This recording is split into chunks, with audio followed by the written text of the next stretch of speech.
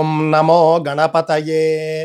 ఓం శుక్లాంబరధరం విష్ణుం శశివర్ణం చతుర్భుజం ప్రసన్నవదనం ధ్యాయేత్ సర్వవిఘ్నోపశాంతయే. కూజంతం రామ రామేతి మధురం మధురాక్షరం ఆరుహ్య కవితాశాఖాం వందే వాల్మీకి కోకిలం. శ్రీ సీతాలక్ష్మణ హనుమత్ సమేత శ్రీరామచంద్ర పరబ్రహ్మణే నమో నమః. వాల్మీకి రామాయణంలో దశరథ పుత్ర ఉద్వాహ ఘట్టము అనేటటువంటి సర్గను మనం ఇప్పుడు పారాయణ చేసుకోబోతూ ఉన్నాము. శ్రీరాముడు మొదలైనటువంటి దశరథ పుత్రుల వివాహ మహోత్సవ ఘట్టం. మరింత స్పష్టంగా చెప్పాలంటే సీతారాముల కళ్యాణ ఘట్టం, సీతారాముల కళ్యాణ సర్గ పారాయణ మనం ఇప్పుడు చేసుకోబోతూ ఉన్నాము. ఎవరికైతే పెళ్లి కాలేదో, అబ్బాయిలు కానీ అమ్మాయిలు కానీ, పెళ్లి కాని అబ్బాయిలు పెళ్లి కాని అమ్మాయిలు కూడా ఈ యొక్క సర్గను వింటూ నాతో పాటుగా పారాయణ చేస్తే కొద్ది రోజుల్లో తప్పక వివాహం జరుగుతుంది. ఓం అథ దశరథ పుత్రోద్వాహః. ఓం యస్మింస్తు దివసే రాజా చక్రే గోదానముత్తమం తస్మింస్తు దివసే శూరో యుధాజిత్ సముపేయివాన్ పుత్రః కేకయ రాజస్య సాక్షాత్ భరతమాతులః దృష్ట్వా పృష్ట్వా చ కుశలం రాజానమిదమబ్రవీత్. కేకయాధిపతి రాజా స్నేహాత్ కుశలమబ్రవీత్. యేషాం కుశలకామోసి తేషాం సంప్రత్యనామయం స్వస్త్రీయం మమ రాజేంద్ర ద్రష్టుకామో మహీపతిః. తదర్థముపయాతోహమయోధ్యాం రఘునందన శ్రుత్వా త్వహమయోధ్యాయాం వివాహార్థం తవాత్మజాన్. మిథిలాముపయాతాంస్తు త్వయా సహ మహీపతే త్వరయాభ్యుపయాతోహం ద్రష్టుకామస్వసుస్తుతం. అథ రాజా దశరథః ప్రియాతిథిముపస్థితం దృష్ట్వా పరమసత్కారైః పూజనార్హమపూజయత్. తతస్తాముషితో రాత్రిం సహ పుత్రైర్మహాత్మభిః. ప్రభాతే పునరుత్థాయ కృత్వా కర్మాణి కర్మవిత్. ఋషీంస్తదా పురస్కృత్య యజ్ఞవాటముపాగమత్. యుక్తే ముహూర్తే విజయే సర్వాభరణభూషితైః. భ్రాతృభిः సహితో రామः కృతకౌతుకమంగళः. వసిష్ఠం పురతః కృత్వా మహర్షీనపరానపి. పితుః సమీపమాశ్రిత్య తస్థౌ భ్రాతృభిరావృతః. వసిష్ఠో భగవానేత్య వైదేహమిదమబ్రవీత్. రాజా దశరథో రాజన్ కృతకౌతుకమంగళైః పుత్రైర్నరవరశ్రేష్ఠ దాతారమభికాంక్షతే. దాతృప్రతిగ్రహీతృభ్యాం సర్వార్థాః ప్రభవంతి. స్వధర్మం ప్రతిపద్యస్వ కృత్వా వైవాహ్యముత్తమం. ఇత్యుక్తః పరమోదారో వసిష్ఠేన మహాత్మనా. ప్రత్యువాచ మహాతేజా వాక్యం పరమధర్మవిత్. కస్థితః ప్రతిహారో మే కస్యాజ్ఞా సంప్రతీక్ష్యతే. స్వగృహే కో విచారోస్తి యథా రాజ్యమిదం తవ. కృతకౌతుక సర్వస్వ వేది మూలముపాగతాః. మమ కన్యామునిశ్రేష్ఠ దీప్తా వహ్నేర్యథార్చిషః. సజ్జోహం త్వత్ప్రతీక్షోస్మి వేద్యామస్యాం ప్రతిష్ఠితః. అవిఘ్నం క్రియతాం సర్వం కిమర్థం హి విలంబ్యతే. తద్వాక్యంజనకేనోక్తం శ్రుత్వా దశరథస్తదా ప్రవేశయామాస సుతాన్ సర్వాన్ ఋషిగణానపి. తతో రాజా విదేహానాం వసిష్ఠమిదమబ్రవీత్. కారయస్వ ఋషే సర్వం ఋషిభిః సహ ధార్మిక. రామస్య లోకరామస్య క్రియాం వైవాహికీం ప్రభో. తథేత్యుక్త్వా తు జనకం వసిష్ఠో భగవాన్ ఋషిః. విశ్వామిత్రం పురస్కృత్య శతానందం చ ధార్మికం. ప్రపామధ్యే తు విధివద్వేదిం కృత్వా మహాతపాః. అలంచకారతాం వేదిం గంధపుష్పైః సమంతతః. సువర్ణపాలికాభిశ్చ ఛిద్రకుంభైశ్చ సాంకురైః. అంకురాఢ్యైశ్చ రావైశ్చ ధూపపాత్రైః సధూపకైః. శంఖపాత్రైః స్త్రువైస్తృగ్భిః పాత్రైరర్ఘ్యాభిః పూరితైః. లాజపూర్ణైశ్చ పాత్రీభిరక్షతైరభిసంస్కృతైః దర్భైః సమైః సమాస్తీర్య విధివన్మంత్రపూర్వకం అగ్నిమాధాయ వేద్యాంతు విధిమంత్రపురస్కృతం జుహావాగ్నౌ మహాతేజా వసిష్ఠో భగవాన్ ఋషిః తతః సీతాం సమానీయ సర్వాభరణభూషితాం సమక్షమగ్నే సంస్థాప్య రాఘవాభిముఖే తదా అబ్రవీజ్జనకో రాజా కౌసల్యానందవర్ధనం. అథ శ్రీ సీతారామ కళ్యాణ మహోత్సవ ఘట్టః. తతః సీతాం సమానీయ సర్వాభరణభూషితాం సమక్షమగ్నే సంస్థాప్య రాఘవాభిముఖే తదా అబ్రవీజ్జనకో రాజా కౌసల్యానందవర్ధనం. అద్భుతమైనటువంటి శ్రీ సీతారామ కళ్యాణ మహోత్సవ ఘట్టం ప్రారంభమైందండి. అంతటా జనక మహారాజు సర్వాలంకార శోభితయ్యి ఉన్నటువంటి సీతాదేవిని తీసుకొని వచ్చి అగ్ని సమక్షంలో అంటే అగ్ని సాక్షిగా శ్రీరామచంద్రుడికి ఎదురుగా కూర్చుండబెట్టాడు. పిమ్మట కౌసల్యానందవర్ధనుడైనటువంటి రామచంద్ర ప్రభువుతో జనక మహారాజు ఇలా అంటూ ఉన్నాడు. మహామంత్రం అండి ఇది, గొప్ప శ్లోకం ఇది. ఇయం సీతా మమ సుత సహ ధర్మచరీతవా ప్రతీచ్ఛచైనాం భద్రంతే పాణిం గృహ్ణీష్వ పాణినా. సౌందర్య రాశి, సౌకుమార్య నిధి, లావణ్యవతి అయినటువంటి ఈ కన్యామణియే సీత. పతివ్రత మహాభాగా ఛాయే వానుగత సదా ఇత్యుక్త్వా ప్రాక్షిపద్రాజా మంత్రపూతంజలం తదా.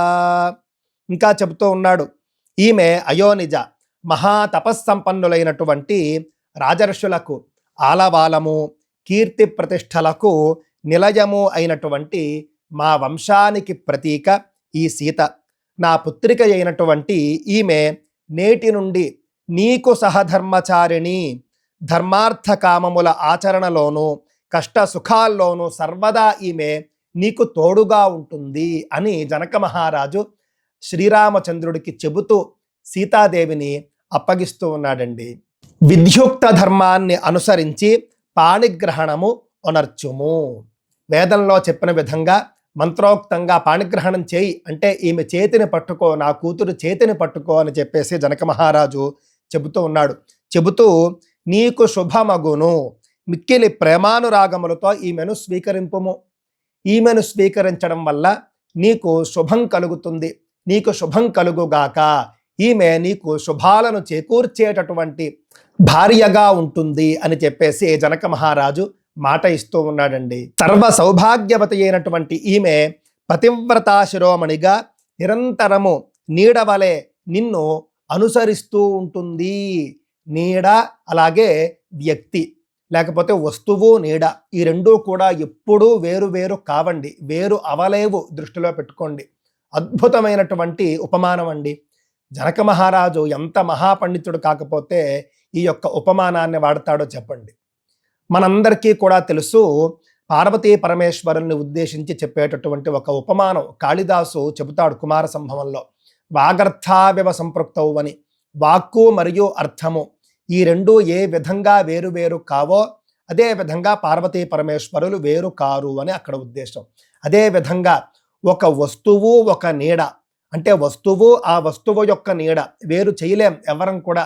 అదే విధంగా చెబుతూ ఉన్నాడు జనక మహారాజు, ఈమె నీకు నీడలాగా నీతో ఉంటుంది అంటే ఎప్పుడూ కూడా నిన్ను విడిచిపెట్టదు అని స్పష్టంగా చెబుతూ ఉన్నాడు. ఛాయే వానుగత, ఈమె నీకు నీడగా ఉంటుంది అని చెబుతూ జనక మహారాజు మంత్రపోతమైనటువంటి జలాన్ని వదులుతూ కన్యాదానం చేశాడు. సాధు సాధ్వితి దేవానాం ఋషీణాం వదతాంతదా దేవదుందుభి నిర్ఘోష పుష్పవర్షో మహానభూత్. అద్భుతమైనటువంటి సందర్భం కదా. ఏ విధంగా అయితే మనమంతా కూడా సంతసిస్తామో మనకంటే ఎక్కువగా దేవతలు సంతసిస్తూ ఉన్నారు. ఆ కన్యాదాన మహోత్సవ సమయమున దేవతలు ఋషీశ్వరులు కూడా బాగు బాగు అని ప్రశంసావచనాలు పలికారు. దేవదుందుభులు మారు మ్రోగాయి, అద్భుతంగా పూలవానలు కురిశాయి. కురిసి చూసేవారికి కనువిందుగా కనిపించాయి. ఏవం దత్వా సుతాం సీతాం మంత్రోదక పురస్కృతాం అబ్రవీజ్జనకో రాజా హర్షేణాభిపరిప్లుతః. ఇట్లు మంత్రోదక పూర్వకంగా కన్యాదానం చేసిన తరువాత జనక మహారాజు హర్షోల్లాసములతో పొంగిపోతూ ఈ విధంగా అంటూ ఉన్నాడు. అంటే సీతాదేవిని శ్రీరామచంద్రుడికి అప్పగించడం అయిపోయింది. తదుపరి ఘట్టం, లక్ష్మణాగచ్చ భద్రంతే ఊర్మిళా ముద్యతాం మయా ప్రతీచ్ఛ పాణిం గృహ్ణీష్వ మా భూత్కాలస్య పర్యయః. లక్ష్మణుడితో చెబుతూ ఉన్నాడు, ఓ లక్ష్మణ, ఇటు రమ్ము, నీకు ఊర్మిళనిచ్చి కన్యాదానం చేయదలిచాను. వెంటనే కరగ్రహణం చేసి అంటే పాణిగ్రహణం చేసి ఈమెను స్వీకరింపుము, నీకు శుభమగుగాక అన్నాడండి. ఆ తరువాత భరతుడితో చెబుతూ ఉన్నాడు, తమేవ ముక్త్వా జనకో భరతంచాభ్యభాషత పాణిం గృహాణ మాండవ్యాః పాణినా రఘునందన. భరతుడితో చెబుతూ ఉన్నాడు, ఓ రఘునందన, భరత, మాండవిని పాణిగ్రహణ పూర్వకముగా స్వీకరింపుము అన్నాడు. ఆ తరువాత శత్రుఘ్నుడితో, శత్రుఘ్నంచాపి ధర్మాత్మా అబ్రవీజ్జనకేశ్వరః శ్రుతకీర్త్యా మహాబాహో పాణిం గృహ్ణీష్వ పాణినా. ఓ శత్రుఘ్న, శృతకీర్తిని కరగ్రహణ పూర్వకముగా గ్రహింపుము. సర్వే భవంతః సౌమ్యాశ్చ సర్వే సుచరితవ్రతాః పత్నీభిః సంతు కాకుత్స్థాః మా భూత్కాలస్య పర్యయః. ఓ కాకుత్స్థ వంశజులారా, అంటే రామలక్ష్మణ భరత శత్రుఘ్నులారా, శాంత స్వభావులు, సుందరమూర్తులు, సచ్చరిత్రులు, నిష్ఠా నియమ జీవనులు, మీరందరూ కూడా ఈ వధువులతో కలిసి సుఖంగా నుండండి అని జనక మహారాజు పలుకుతూ ఉన్నాడు అల్లుళ్లతో. ఆ విధంగా జనకుడు మంత్రపూత జలములతో సీతా ఊర్మిళలను ఇద్దరిని కూడా రామలక్ష్మణులకు ఇచ్చి వివాహం చేశాడు. అంటే రాముడికి సీతనిచ్చి వివాహం చేశాడు, లక్ష్మణుడికి ఊర్మిళనిచ్చి వివాహం చేశాడు. కుశధ్వజుడు మాండవి శృతకీర్తులను భరత శత్రుఘ్నులకు ఇచ్చి వివాహం చేశాడు. కుశధ్వజుడు అంటే జనక మహారాజు యొక్క తమ్ముడు. జనకస్య వచ శ్రుత్వా పాణీన్ పాణిభిరస్పృశన్ చత్వారస్తే చతసృణాం వసిష్ఠస్య మతే స్థితాః. జనకుని మాటలను పాటించి ఆ నలుగురు సోదరులు కూడా వశిష్ఠ మహర్షి యొక్క ఆమోదంతో, మరి కులగురువు కదా ఆయన, వశిష్ఠ మహర్షి యొక్క ఆమోదంతో తమ తమ వధువుల కరగ్రహణాన్ని చేశారు. మహాత్ములైనటువంటి ఆ నలుగురు రాకుమారులు కూడా తమ తమ వధువులతో కూడి అగ్నికి, వేదికకు, జనక మహారాజుకు, అలాగే మహర్షులందరికీ కూడా ప్రదక్షిణ పూర్వక నమస్కారాలు చేశారు. అగ్నిం ప్రదక్షిణం కృత్వా వేదిం రాజానమేవచ ఋషీంశ్చైవ మహాత్మానః సభార్యా రఘుసత్తమాః యథోక్తేన తదా చక్రుః వివాహం విధిపూర్వకం కాకుత్స్థైశ్చ గృహీతేషు లలితేషు చ పాణిషు. పిమ్మట శాస్త్రోక్తంగా కల్పసూత్రాలను అనుసరించి వివాహ కార్యక్రమాలను కొనసాగించారు. పుష్పవృష్టిర్మహత్యాసీత్ అంతరిక్షాత్ శుభాస్వర దివ్యదుందుభి నిర్ఘోషైః గీతవాదిత్ర నిస్వనైః నృతుశ్చాప్సరస్సంఘాః గంధర్వాశ్చ జగుఃకలం వివాహే రఘుముఖ్యానాం తదద్భుతమదృశ్యత. రామ లక్ష్మణ భరత శత్రుఘ్నులు నలుగురు సోదరులు కూడా తమ తమ వధువులైనటువంటి సీత, ఊర్మిళ, మాండవి, శృతకీర్తుల యొక్క కరములను గ్రహిస్తూ ఉండగా అంతరిక్షం నుండి కన్నుల పండుగగా పుష్పవృష్టి కురిసిందిటండి. దివ్య దుందుభులు మృగాయి. వీణ, వేణు, మృదంగ తాళములతో మధుర గీతములు వీణుల విందు గావించెను. అప్సరసలు గుంపులుగా కూడి నృత్యాలు చేశారు. గంధర్వులు శ్రవణానందకరంగా గానం చేశారు. రఘువంశజుల యొక్క వివాహ మహోత్సవ ఘట్టములు అత్యద్భుతంగా జరిగాయి. ఈదృశే వర్తమానే తు తూర్యోద్ఘుష్ట నినాదితే త్రిరగ్నింతే పరిక్రమ్య ఊహుర్భార్యామహౌజసః.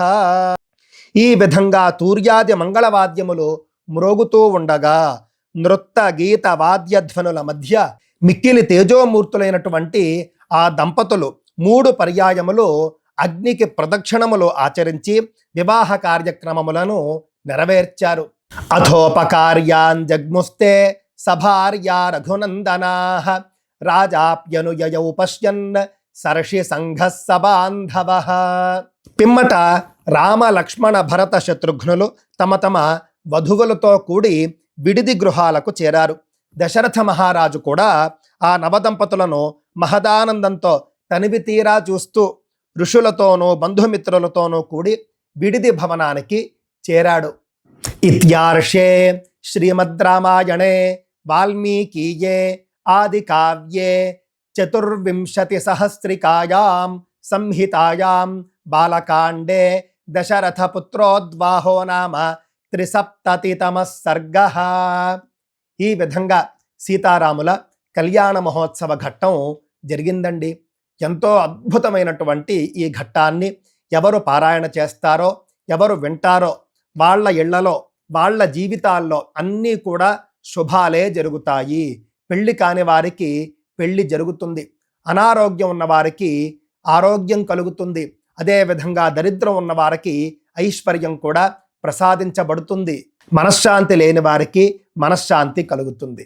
మరొక్కసారి సీతా లక్ష్మణ హనుమత్ సమేత శ్రీరామచంద్ర ప్రభువుకి నమస్కరించుకుంటూ స్వస్తి.